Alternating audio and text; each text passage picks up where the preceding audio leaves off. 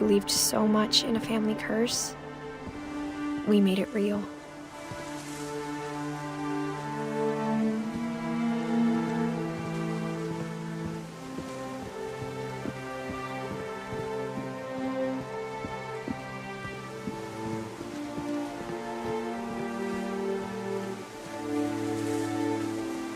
I don't know if I should even be writing this.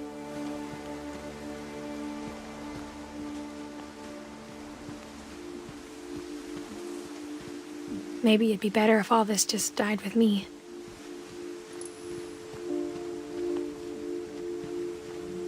But I thought you should know about your family.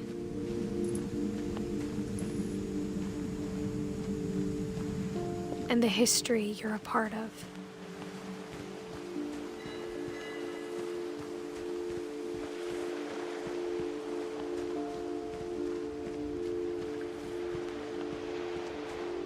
Though to be honest, I feel as lost as you probably do right now.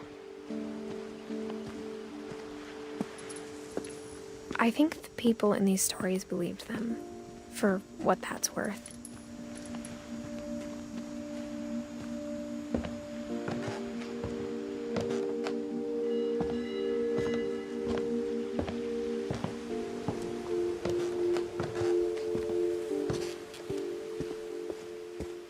Look at the house.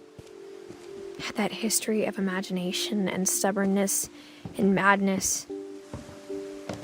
Any of it seems possible.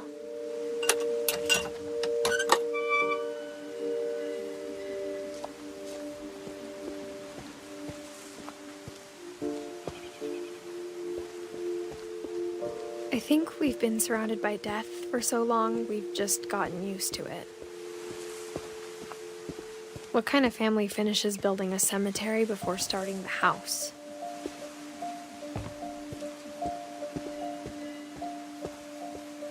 It's embarrassing for me to admit this, but the pet cemetery made me more uncomfortable than the human one. 3 of the gerbils are mine, and 2 had been my fault.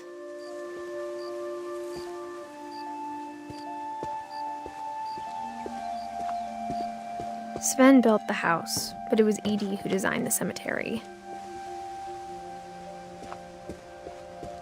I'm sure Odin's monument had been Edie's idea.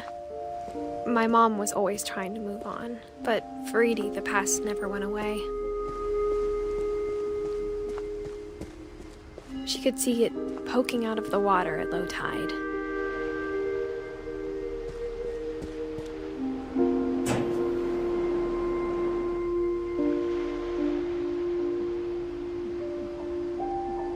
Edie said she dreamed about the old house every night.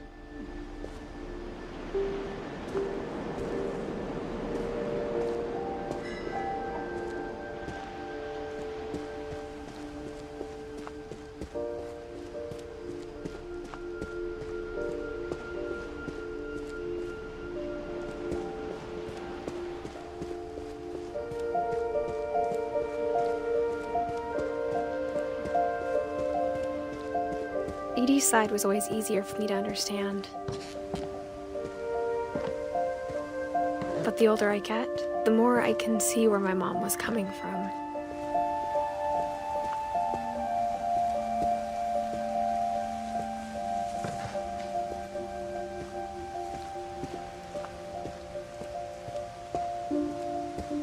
There's so many things I wish I could ask my mom now. Part of me thinks this is what she wanted all along. For me to come back someday and find everything out for myself.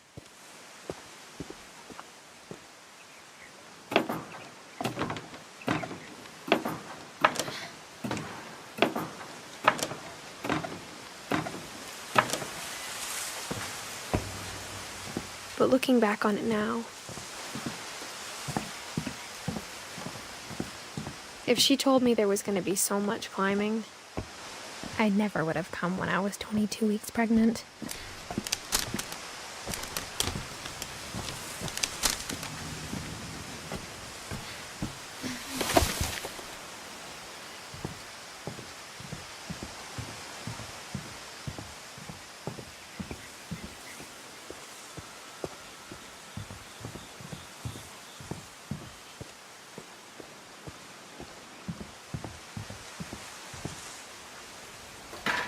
I never met Grandpa Sam, but I think he and my mom had a lot in common.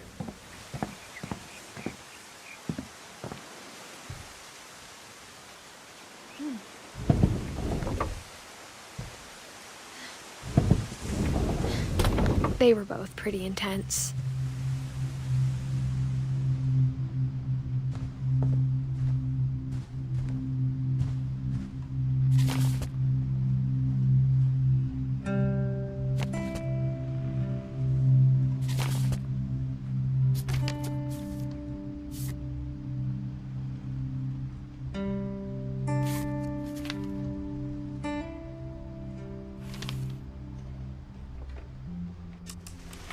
Dawn, I promise, you'll never forget this weekend. Yes, sir. These memories are gonna last a lifetime. Am I gonna have to shoot anything? It's a hunting trip, Dawn. Shooting is strongly encouraged. Shouldn't we be leaving? Just want to get a shot of you, Dawn, then we can take off. Not quite.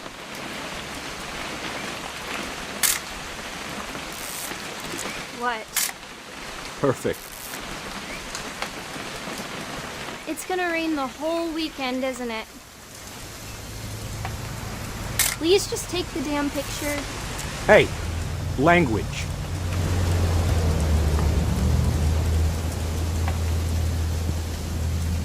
I will never forget this weekend, Dad.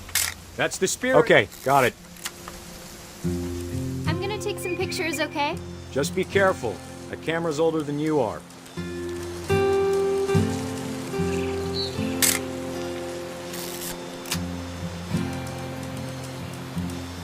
Definitely should not have drunk all that coffee. Hey! That's a keeper. I'm just saying, I'm not always gonna be here, Dawn. You'll need to remember this stuff, if you want to survive.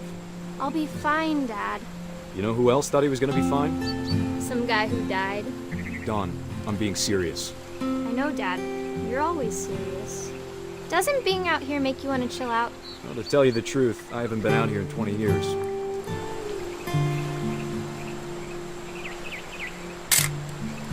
Dawn, don't you think you could find something more interesting to photograph? Last time I was... You don't need to waste any more film on me, kiddo.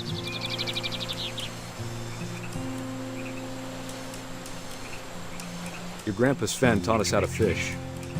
How to build a fire. We found an old logging trail. There were deer everywhere. I bet if I could remember where that trail was, we'd spot a buck for you in no time. Give me a minute to check the map.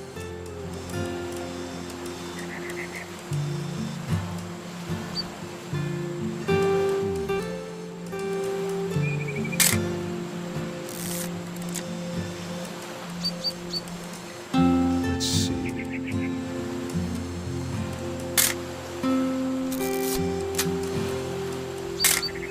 Maybe.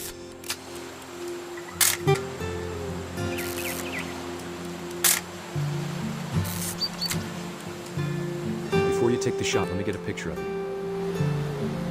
Dad, I... Just breathe. Turn off your imagination. Focus on your target.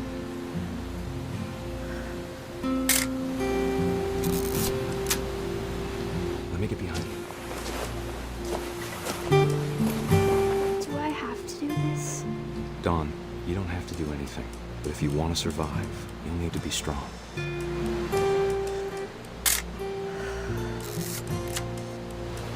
Now keep yourself squared up, elbows down, like we practiced, whenever you're ready. Great shot, Dawn!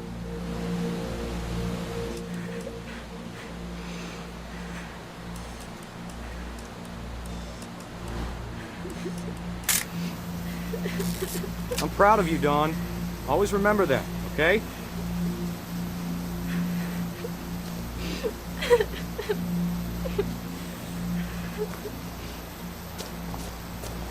Sorry, Dawn. Just gotta reset the timer.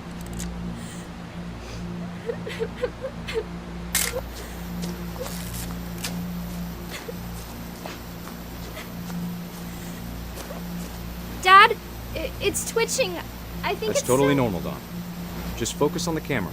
Try not to think about— Dad!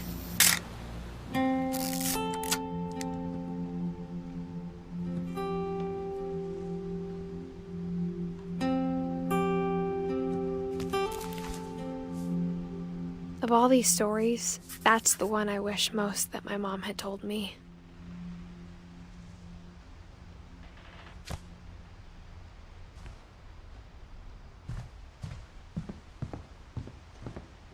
Instead of hiding from death, Sam seemed to go out of his way to meet it.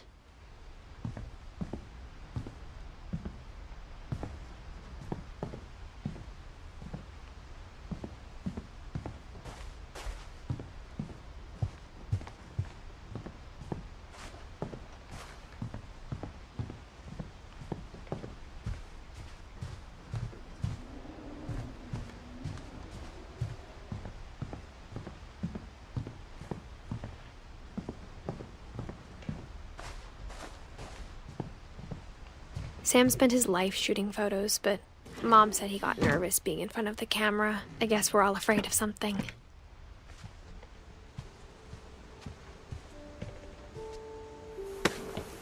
After Sam died, my mom and Edie got really close. They'd both lost a lot.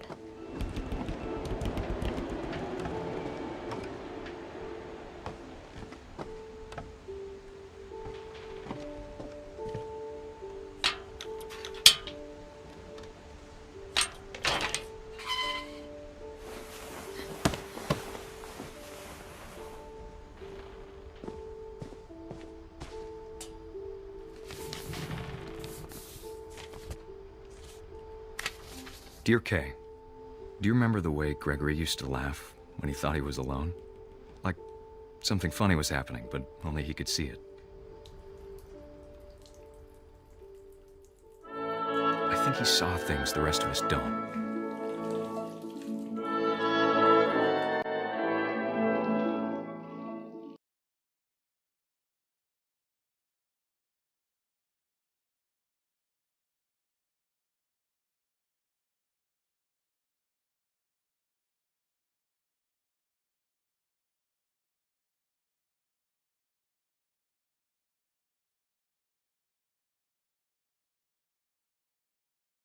Over, Gregory. It's time to... Hold on, sweetie. Hello? Sam, I told you I don't want to talk right now. I wonder what he saw.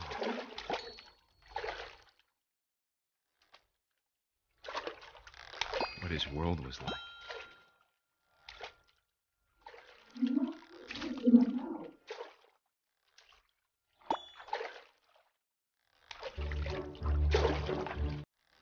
He reminded me so much of cowboys. Lost in his imagination. Whatever it was, he saw.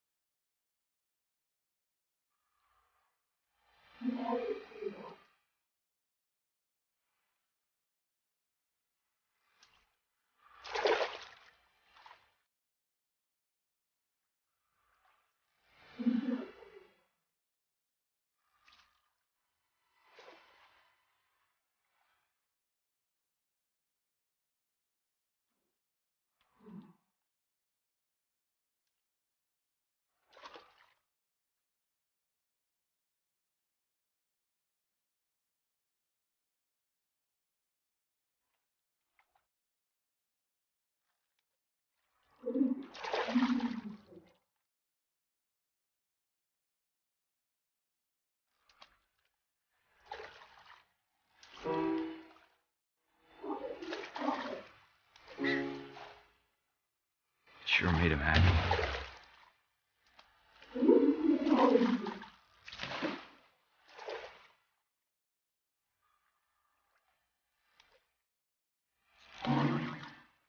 I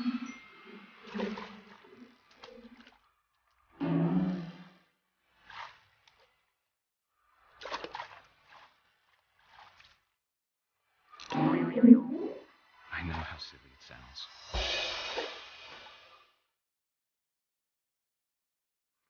But I worried about a baby being too happy. I could feel him slipping away. Sorry about that, Gregory. I know you did everything you could.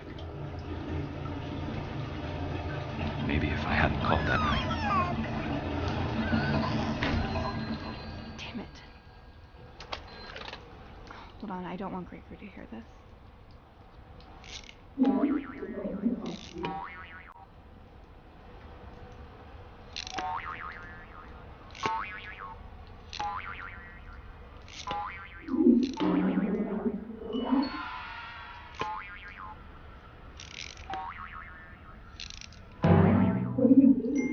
I wish he could have told us about the world he saw.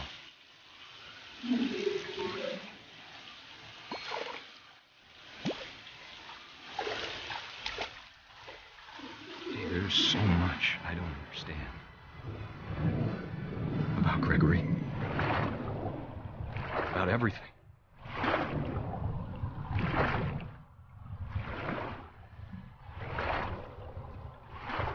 But I know what happened wasn't your fault.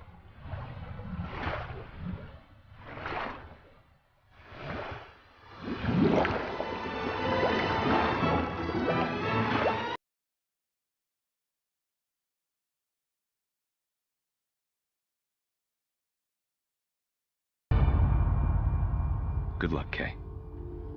Love, Sam.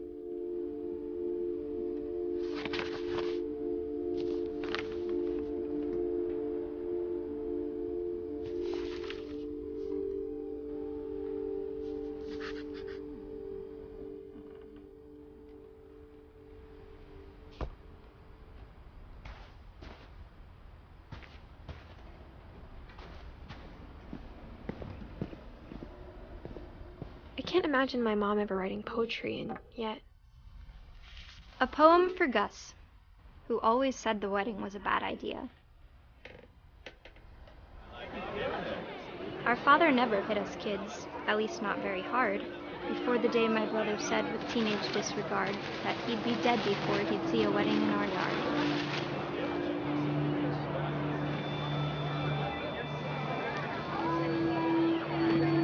My father made him come, of course, but Gus stood far apart, just flew his kite and bottled up the storm inside his heart.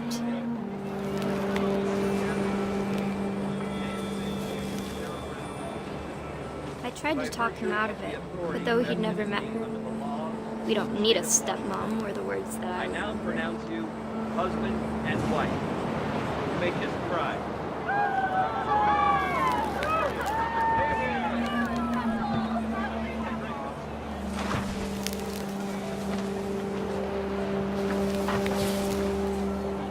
When the time for photos came, Dad ordered him to come here.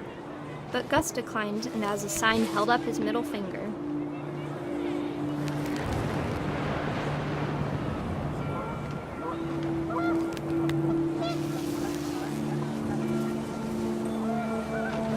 The wind picked up, and panicked geese appeared and quickly went. But all the humans did that day was go inside the tent.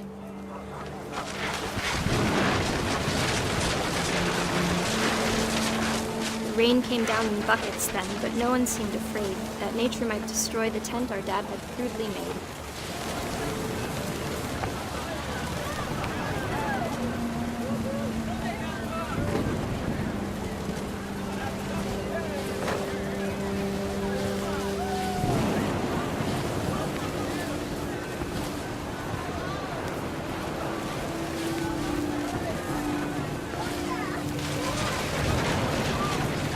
Thunder sounded much too close and full of angry power.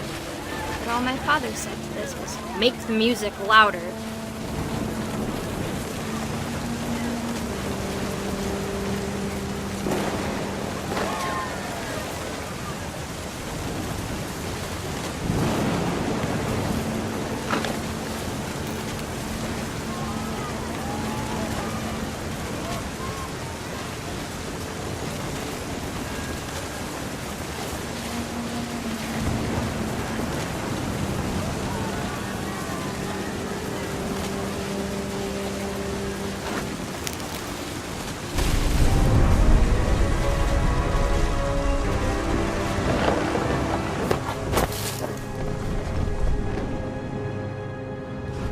I wish that I could truly say I thought about you on that day. Out there on the beach alone, just you, the wind, the sea, and foam. But I didn't, until we found you.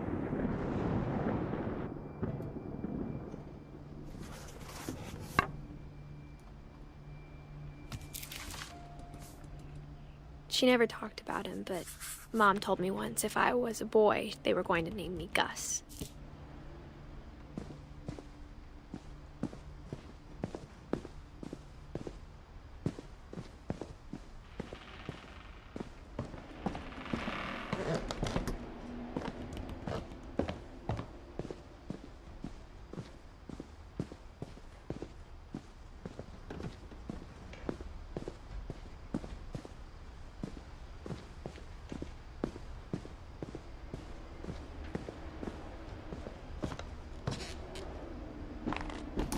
My mom moved up to the loft after her brothers died.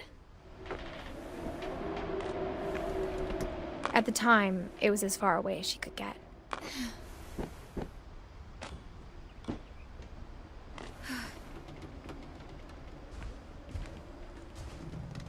She spent a summer building houses in Calcutta, where she met my dad, Sanjay.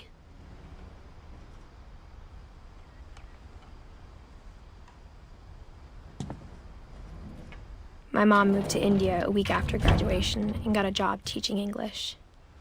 Louis was born a year later. When my dad died, I don't think Mom knew where else to go. I'm sure Edie was happy to have her back.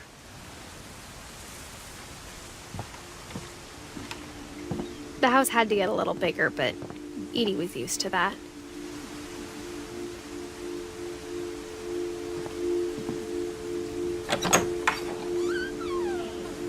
And for a while, things were good, almost normal, but it didn't last.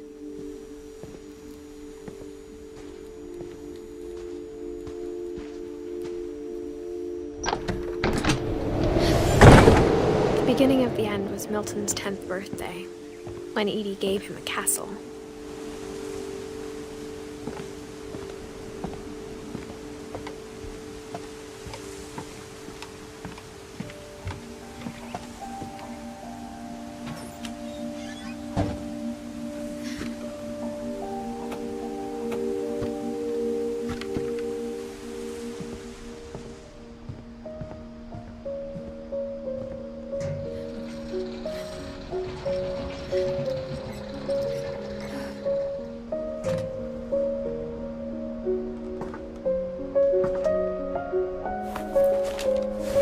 Milton Finch in The Magic Paintbrush.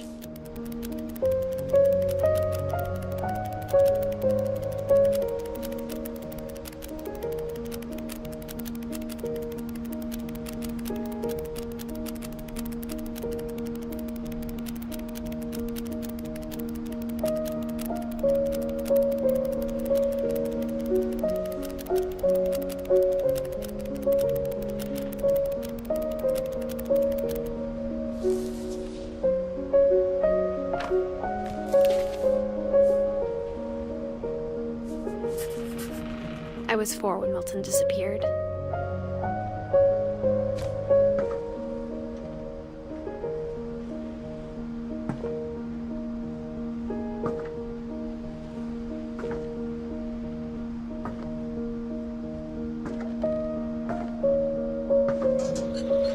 Mom spent months searching for my brother. Then she sealed the doors.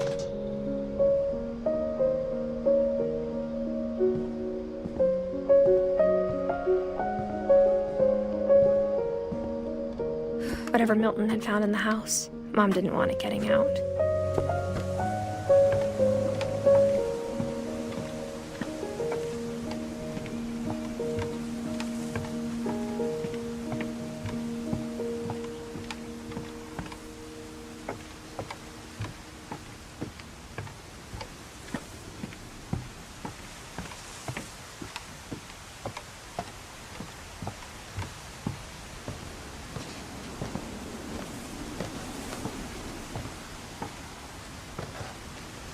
Mom definitely blamed Edie, but I think Louis blamed himself.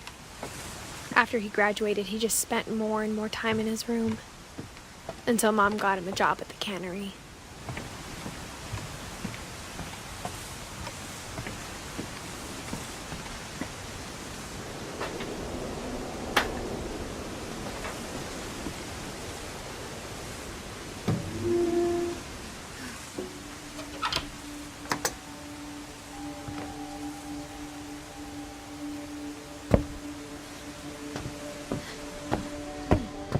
Louis's room smelled very, very familiar. That part of him lived on.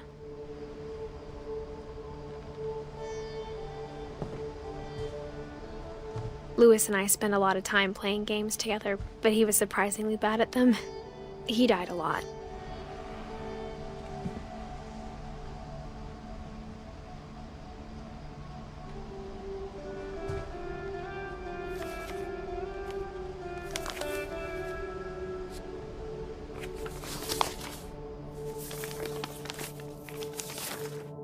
Dear Mrs. Finch, as Louis's psychiatrist, I can understand your desire for an explanation. As I see it, the trouble began in January, shortly after we convinced your son to seek treatment for substance abuse. Newly sober, I believe Louis first noticed the monotony of his daily life.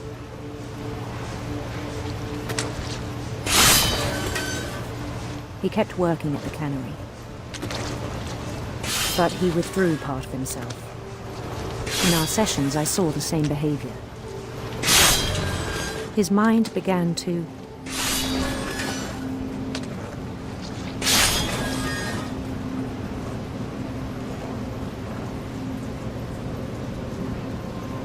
wander.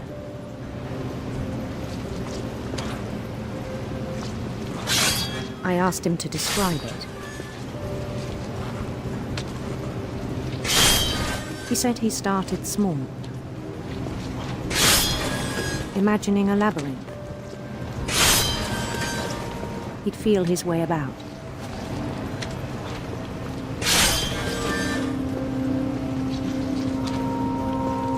Then something moved. Bats and toads.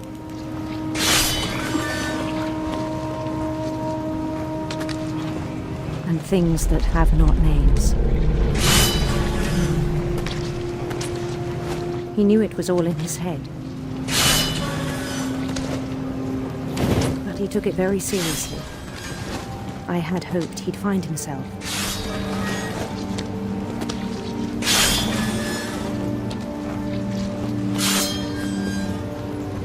But he found something more.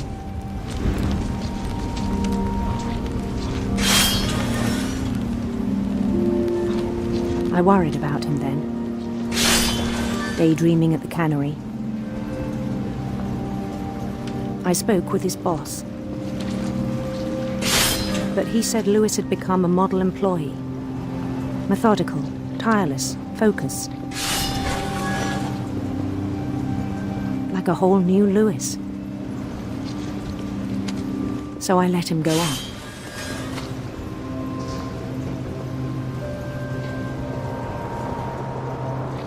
I even encouraged him. It seemed very promising at first. He told me he'd made a new friend.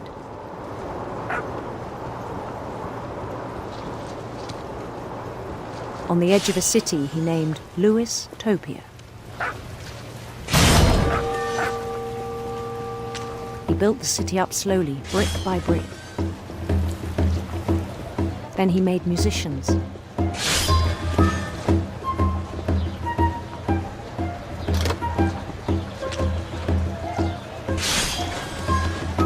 And songs for them to play. He talked about starting a band. And he was always humming something. Every day his imagination grew stronger.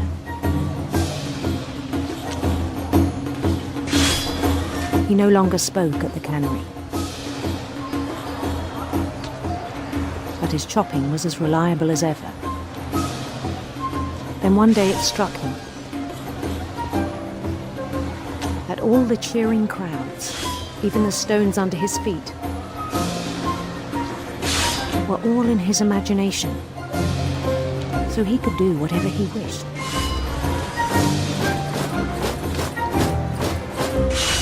He held an election for mayor, and he won. They begged him to stay, but his mind was already wandering. It became a game for him.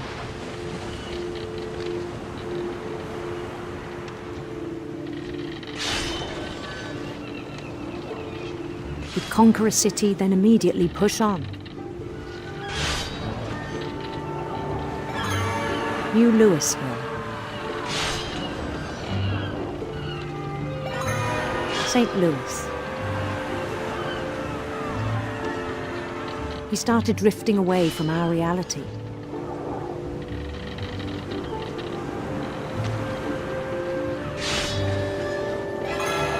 Minneapolis. Until one day he forgot to go home from the cannery. Even as his mother pleaded with him, part of Louis kept sailing on.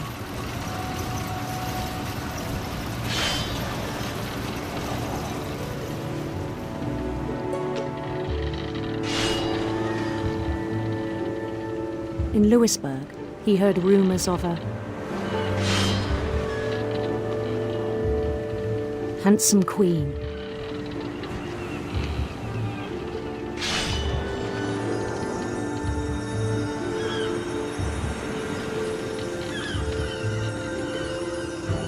The queen was on her own quest for radiant rainbows.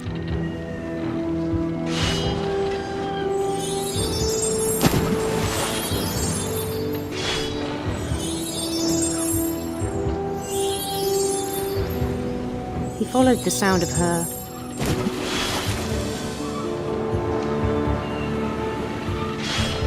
silver harp.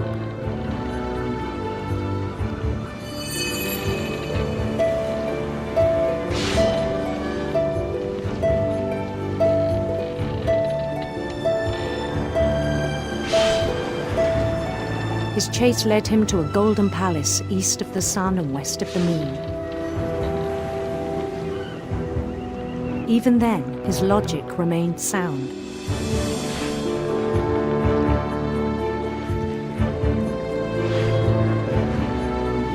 He knew the world was all in his imagination.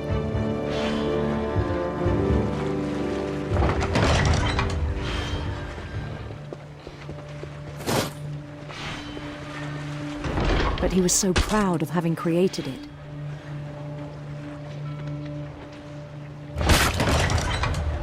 In his own eyes, he'd become something greater than a king.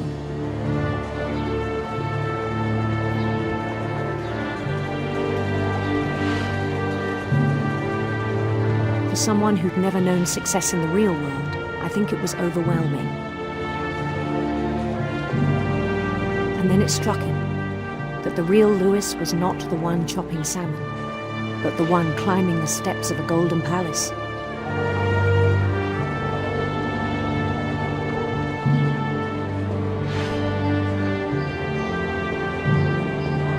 My imagination is as real as my body, he told me. It was hard to argue with him.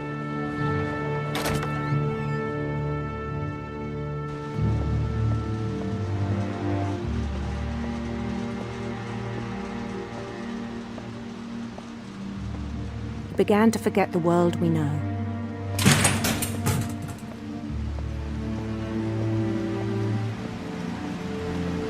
I think it pained him to remember Louis, the cannery worker.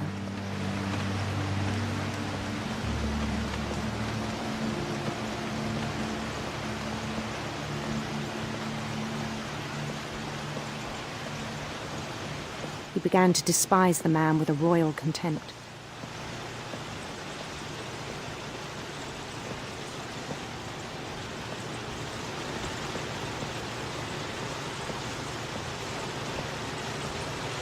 I still thought I could save him. Even after he said he was being crowned king over all the lands of wonder. The palace would be packed with his companions.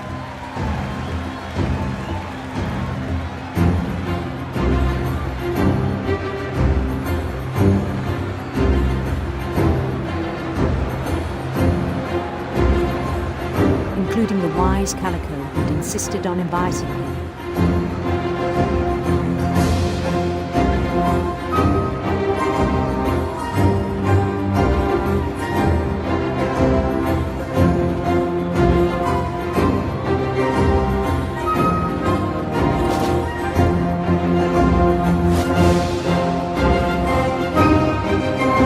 His queen waited, holding his crown.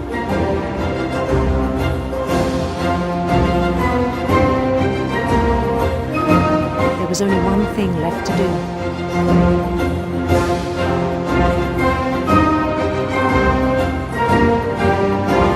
Bend down his head.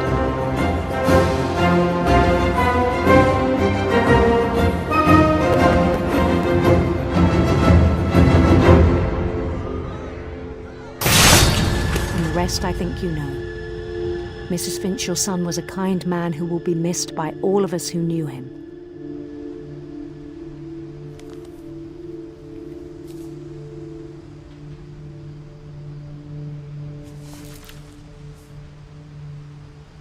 My brother was really cool.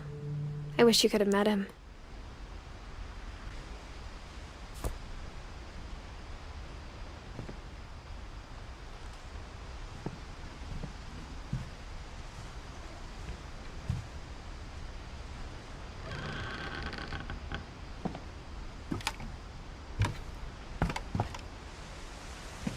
On the way back from Lewis's funeral, my mom told me to start packing. She waited until the day before we left to tell Edie. I'm not sure if she wanted to make it easier or harder.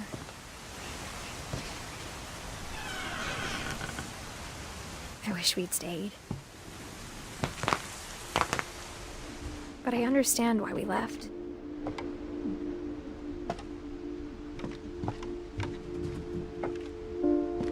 My mom ended up leaving everything behind. What happened that night had been coming for a long time. Maybe it should have come sooner.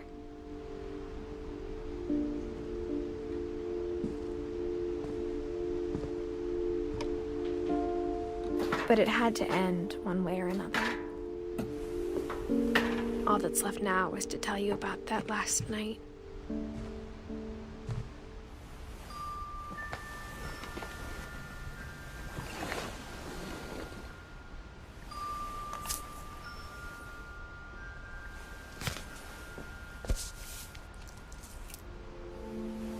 That whole last day, Edie just watched us pack and didn't say a word.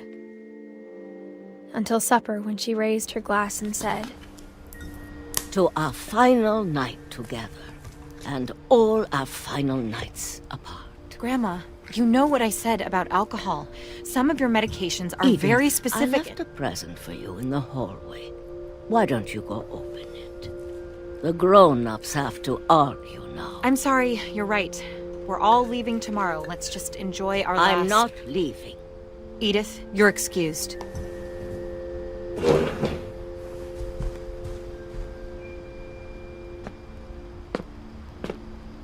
The power had been shut off that morning, but Edie always had plenty of candles. When my mom sealed the library, I don't think she knew about the other entrance. Or that Edie had a key to it.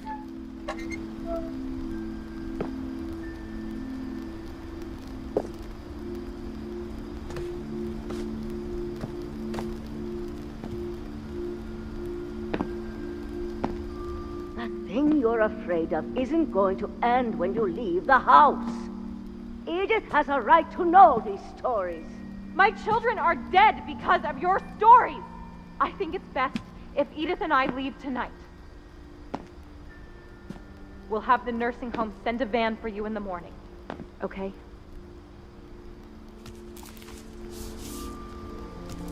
Dear Edith, There's so many stories I wish I could tell you, but there's only time for one. This is about what happened on the night you were born. That night, the tide went way, way out.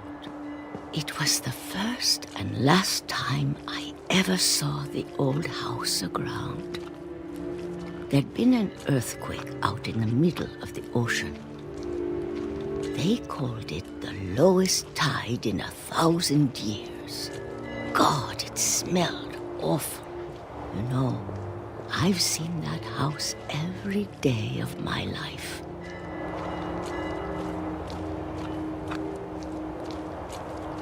But I never thought I'd go back to it. When the fog rolled in, I lost my way.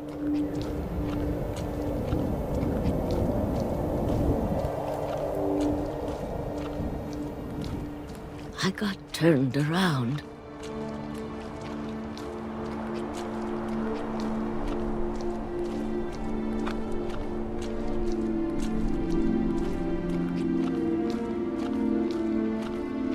For a while, I wandered.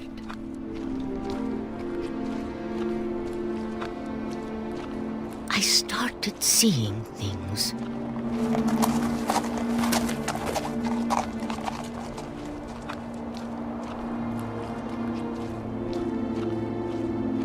Things I'd forgotten had ever existed.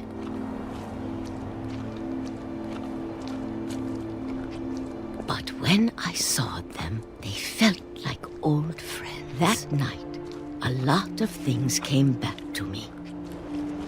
Or maybe I came back to them.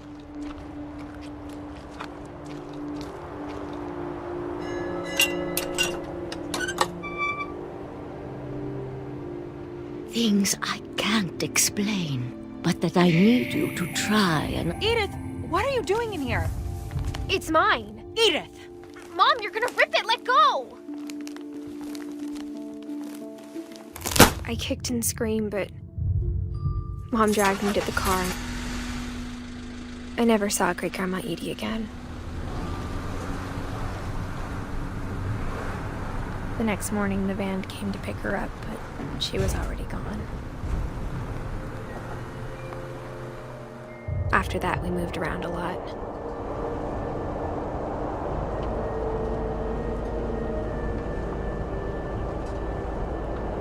We both tried to make the best of it.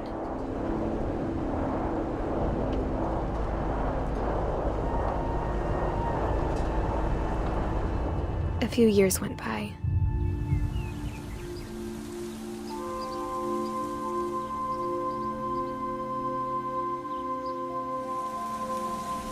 My mom didn't like to talk about it,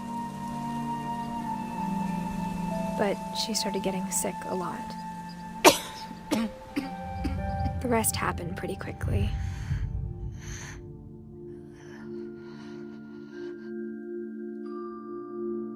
She got better for a while, and then she didn't.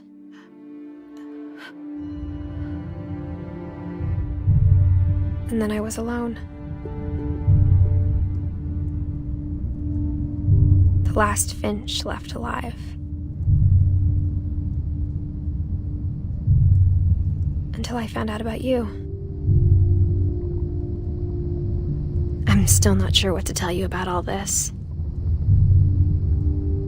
If we lived forever, maybe we'd have time to understand things. But as it is, I think the best we can do is try to open our eyes and appreciate how strange and brief all of this is. This journal was supposed to be for you. But now I hope you'll never see it. I just want to meet you and tell you all these stories myself. But I guess if you're reading this now, things didn't work out that way.